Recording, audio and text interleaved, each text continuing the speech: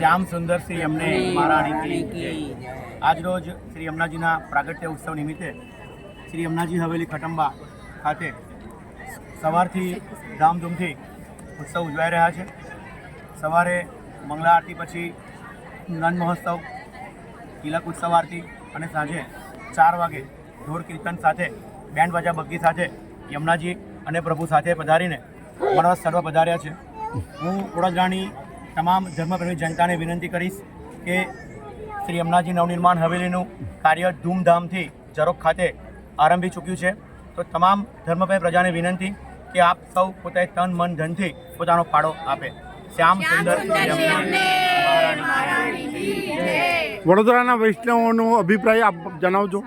આજ સવારથી જ 5 વાગે મંગળા આરતીની શરૂઆત થઈ ત્યારથી જ વડોદરાની જનતા અહીં ઘોડાપુરની જેમ ઉમટી પડી છે અને અત્યારે પણ આપ જોઈ રહ્યા છો કે લાખોની સંખ્યાની અંદર જનતા અહીં ઉપસ્થિત રહી છે।